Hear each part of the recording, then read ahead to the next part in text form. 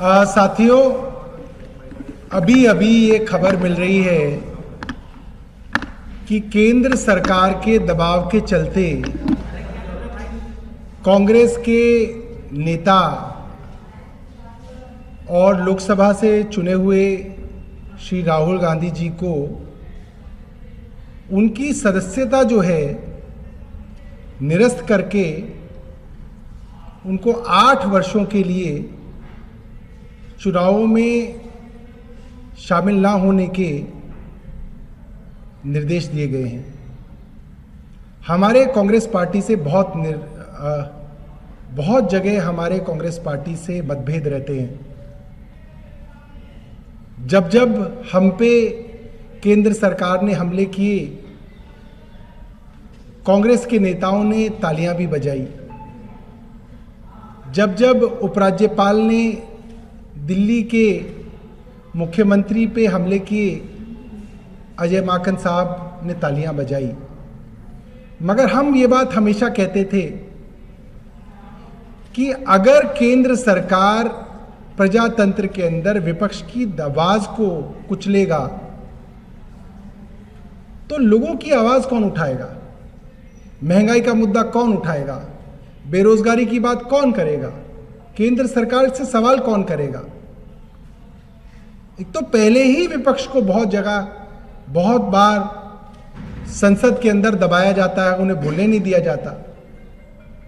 और अब छोटे छोटे मामलों के अंदर दर्जन भर राज्यों के अंदर मुकदमे दर्ज कराए जाते हैं। मुकदमे दर्ज करा के फास्ट ट्रैक कोर्ट के अंदर बड़े बड़े विपक्षी दल के नेताओं के खिलाफ फैसले आ रहे हैं। ऐसे तो फिर प्रधानमंत्री जी सिर्फ खुद ही चुनाव लड़ ले। भारतीय जनता पार्टी ये तय कर ले कि अब तो भारतीय जनता पार्टी ही चुनाव लड़ेगी, कोई विपक्ष होगा ही नहीं, वही चुनाव लड़े, वही चुनाव जीते। ऐसा तो डिक्टेटरशिप पे सुना जाता था। पिछले दिनों आम आदमी पार्टी ने एक साधारण सा पोस्टर लगवाया, मोदी हटाओ देश बचाओ। इसमें ऐसा क्या बड़ी बात हो गई? हर राज्य के अंदर जब चुनाव होते हैं उसके मुख्यमंत्री को हटाने की बात होती है। वर्षों से जब केंद्र सरकार में चुनाव होते हैं, कभी वीपी सिंह को हटाने की बात हुई, कभी चंद्रशेखर को हटाने की बात हुई, कभी वाजपेयी जी को हटाने की बात हुई, कभी मनमोहन सिंह को हटाने की बात हुई।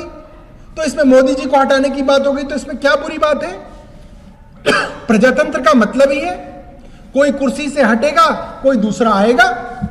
इसमें इतना नाराज होने की क्या बात है कि 138 मुकदमे आम आदमी पार्टी के छोटे छोटे लोगों के खिलाफ, प्रिंटरों के खिलाफ, पोस्टर लगाने वाले गरीब लोगों के खिलाफ मुकदमे कर दिए गए, लोगों को जेल में ठूस दिया गया। मैं आज ये बात कहना चाहता हूं कि विपक्ष की आवाज दबाने में केंद्र सरकार कामयाब नहीं होगी। और जो काम मनीष सिसोदिया जी को अरेस्ट करके केंद्र सरकार ने किया है, उस एक अरेस्ट की वजह से 14 विपक्षी दल साथ आ गए। केंद्र सरकार ने नहीं सोचा होगा। बहुत कवायदें चल रही थी कि कैसे जो है विपक्षी दल किसी एक बात पे साथ आ जाए। और यह मौका भी केंद्र सरकार ने दे दिया कि कुछ मामलों में, कम से कम लीगल मामलों के अंदर 14 विपक्षी दल एक साथ आकर आज सुप्रीम कोर्ट में गए। सुप्रीम कोर्ट का दरवाजा खटखटाया कि साहब ये केंद्र सरकार तो हमको कुचल देगी, विपक्ष को खत्म कर देगी, तो प्रजातंत्र कैसा चलेगा? हम इसकी कड़े शब्दों में निंदा करते हैं और हम ये बताना चाहते हैं कि केंद्र सरकार की उल्टी गिनती प्रारंभ हो गई। ये सीधा घबराहट के, नर्वसनेस के जो है ये संकेत है कि केंद्र सरकार नर्वस है, केंद्र सरकार घबराई हुई है।